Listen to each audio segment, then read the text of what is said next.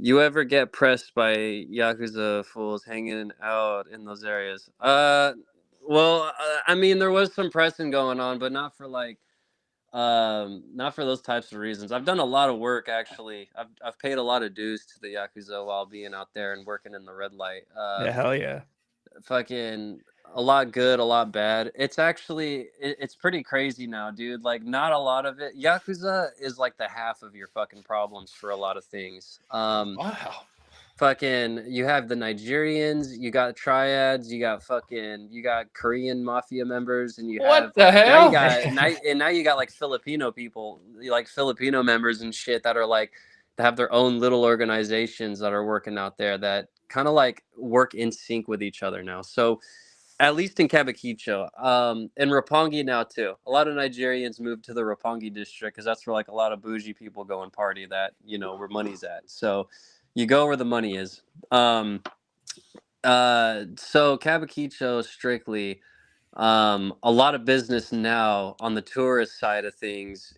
You're gonna see a lot of Nigerians hustling. They have their own bars, they got their own titty clubs, whorehouses, or they'll bring you and help the yaks out by bringing them to their establishments too. Like if they This don't is have crazy. something a customer is looking for, they'll basically like cross streams into like yak territory and hook a yak up for business. So it really depends. The only time you're really getting pressed is if you're not paying your tax out there to them for doing business in their areas, Hell yeah. or let's say you take like a loan out and you haven't paid them back yet. A lot of it's just real money driven. So the only time you're really getting pressed for anything is if you owe money, um Or if or you if you owe haven't money. paid, Yeah.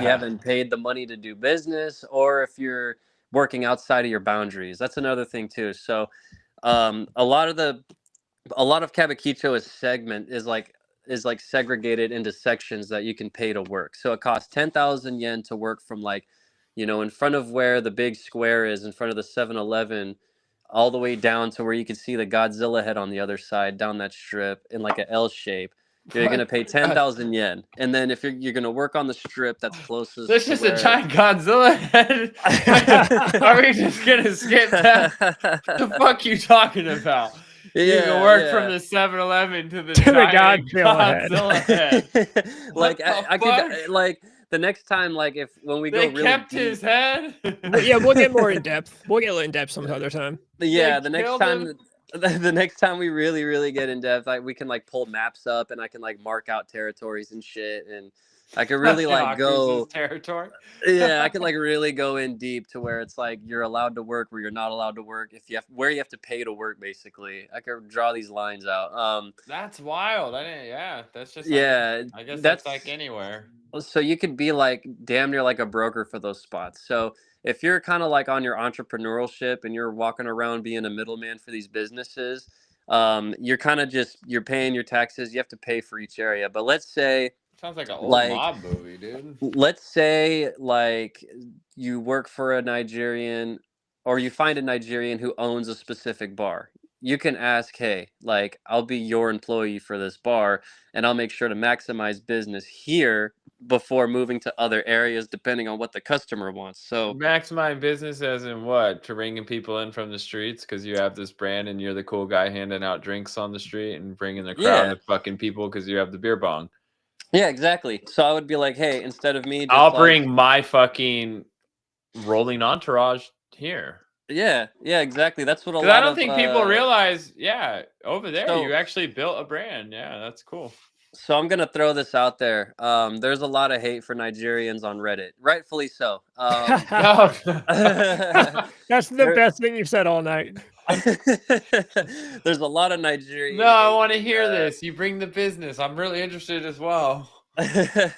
So there's a lot of Nigerian hate, rightfully so, because there have been businesses If you that shout out the Nigerians run Nigerian culture right now, I'm gonna die. where there's a lot of places that Nigerians have owned, and vice versa. It goes both ways for like even a lot of Yakuza ran places where I don't know which spots have done this. I've seen I mean, of course I've been around, I've seen it happen, I know who's done it, but for the sake of like names and whatnot, Yeah. like there have been times in the past that have driven these Reddit posts where people have been drugged and have had their credit card ran through this business 60 times before like waking up in front of their hotel or outside somewhere random, right?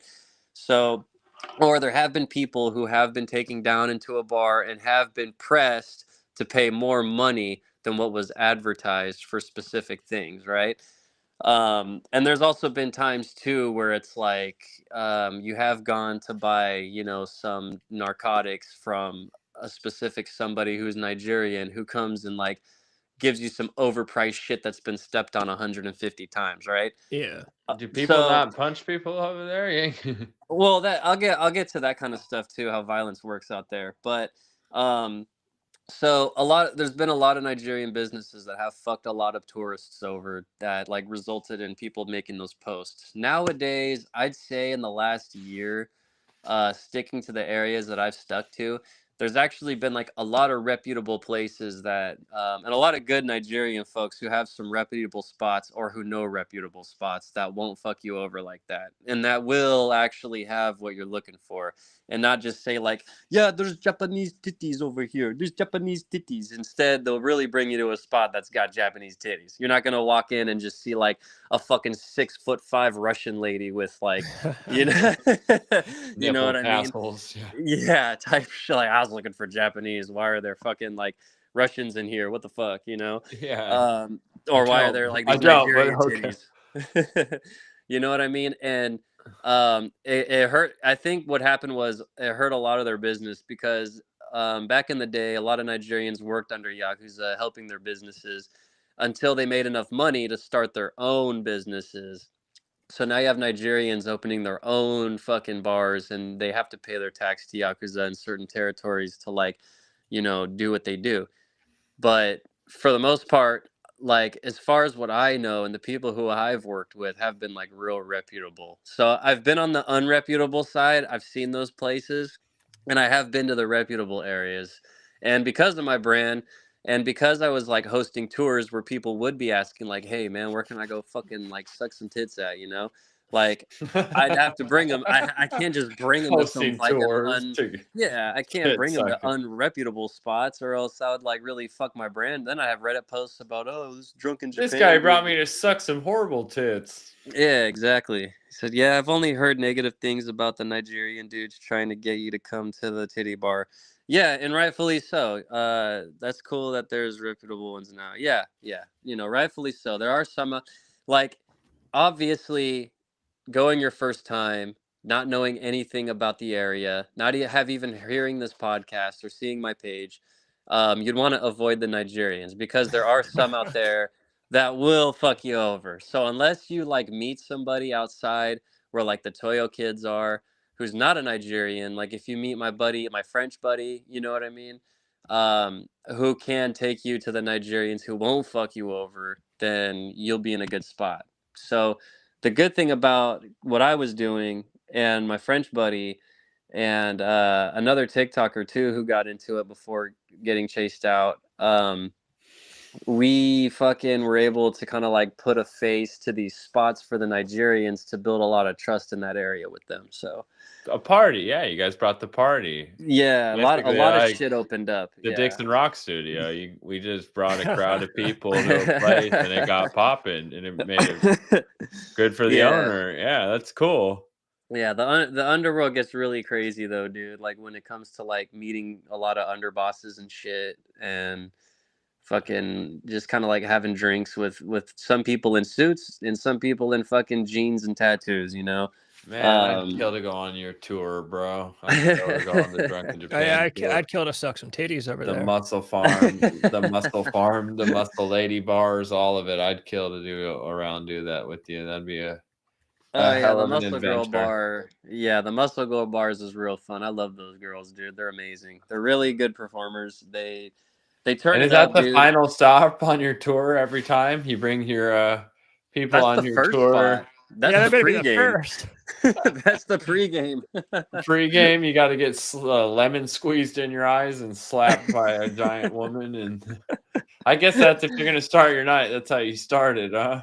Oh yeah, dude. Fucking I think the funnest I think the funnest parties that we've had would be like when we would just host them outside, just saying, "Hey, we're gonna have random fucking free beers flowing around," Oh, I love those videos of yours. Yeah. Yeah, it would just be fucking. There'd be people who there's a lot of fans, dude, who really get down. Like, we had a couple people. Well, We would yeah, you just brought be 300 free beers to a plot. 300. You brought 300 free Four Locos to a plaza. like I remember pouring a beer bong. This happened to a couple of people, dude, because it would be like me and two other friends. We would just be loading beer bongs up for people, and because we had the beer bong where it had the The lever most at the bottom. American tool, the beer bong. It had the lever at the bottom, so we could close it, fill it up as much as whatever. So I'd be pouring in a strong zero, filling it up, and then my buddy would come over and splash it with a shot of tequila. Someone would come over and splash it with some random red wine and Oh splash it my with god. soju. This dude would be drinking like 50 different percentages, dude, and just downing it. And fucking like not even an hour later, we would just Die. fucking. Oh yeah, the people. It would just be a monster fest. It'd be It's the like your monster mash. That's like your mom's liquor cabinet all in one beer A bong. bunch Oh, of yeah, people exactly. shotgunning Four Locos in Uh, public would be in. That's 28 days later. Dude, That's the so plot to 28 days later. the funny thing, dude, with how the beer bong actually started, dude. Shout outs to my buddy Okawati at Okawati TV on Instagram, dude. He also hosts a beer tour. It's it's a lot more lax. It's a lot more just kind of beer hopping, fun You friend sucking time. any tits on that tour? Or no. Nah. No. I mean, Okay. yeah, That'd be more of actually. a He yeah. could take, Yeah, he could take actually. special requests if you pay for him too. Hey. But like Whoa. but we had some really cool or how it all started. Like he one day I was on the phone with him I'm not and just a guide. I'm also your friend. I I used to do some promoting for his I used to do a lot of promoting for his tour before I had my stuff going on. And I hit him up one day and I was like, "Hey man, do they have beer bongs in Japan?" And he was like, "No." And I Oh looked it shit! up and they fucking don't. So then I was like, all right, is there any way we Like can make one? And the first beer bong ever to be there was made out of a fucking like cut garden hose and like this random metal fucking like oil funnel, dude. fucking cow milker fucking funnel. And Dude, you made a beer bong and we're making people chug Four Locos out of it, basically, yeah, with yeah. tequila shots. Shout out to my boy fucking Fucking Okawati for that. insane. Okawati and Black Mike, And dude, he's just they this hooked it up. famous white guy that's hella tall, tattooed with a grill. And he walks around with a beer bong that they've never seen. This guy's like a fucking magician, like Gandalf, dude. Magician. Yeah, you're like the party Chris Angel of Yeah, Japan. he is, Yeah, bro. right. They're like, what is that sorcery that he carries? I drank the highball in one shot. I don't know. Jesus. The In one introduction shot. the introduction to funneling a fucking oil can with a garden hose attached to it. Yeah, that's exactly what it was. It was literally it was a funnel, a metal funnel you would use to like change the oil in your car, and a fucking garden hose, and you'd have to hold the garden hose on the funnel or it would slip off. Dude, that's wild. And you guys just brought the beer bong to Japan. That was like the very first And they like drank liquor out of it. That's insane. that's where the content made a shift. At first it was showing like the shit that was going on with the Japanese, to now it's like, hey, let's integrate. Like, not only can you just come and like see this shit, but like let's go and get fucked up with these people type. Yeah. Yeah. So now it's like let's bring the fucking party, like, let's show people that, hey, foreigners come and kick it too, and like they go just as hard with the Japanese. And the funny thing is, all these people would be commenting like, "Oh, you're corrupting them. Oh, you're One destroying beer Japan. bong. You're destroying the culture, the Japanese culture." And it's like, motherfucker, These people were doing this shit before I arrived, dude. Now we're just hanging Yeah. out. If anything, we're enhancing the culture because now we're a part of, like, we're Now they really a have a part beer of the bong. culture. Yeah, I don't need to dress in a kimono in They're Kyoto with a sword. futuristic. They all have gravity bongs Well, now. it's funny they comment that. You're like, dude, when I met half of these people, they were passed out in tuxedos on the side of the. Yeah, it's like, bro, I've passed out with motherfuckers in tuxedos, dude. Like, Right. what have you You're done? ruining their culture. Yeah, like what They have you were done? peaceful people. You went to Akihabara and went to the fucking maid cafe, and now you're Japanese now, buddy. Okay. Yeah, I don't even know what that means. That's so Japanese. So Oh, that's yeah, awesome, bro. it's a trip out there, dude. Like a lot of fucking positivity when it comes to partying with those guys. Hell yeah.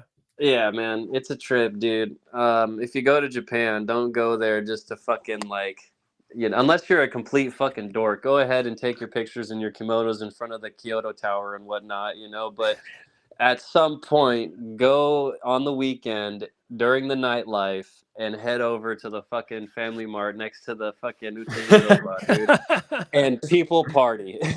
Down the street from the Godzilla head. Yeah, Yeah, don't miss the Godzilla head. go in front of the 7-Eleven and drink with the Toyo kids, drink with the homeless motherfuckers, because they will. I gave so many homeless beer bongs out there. Oh my goodness, dude. And yeah, that's wild.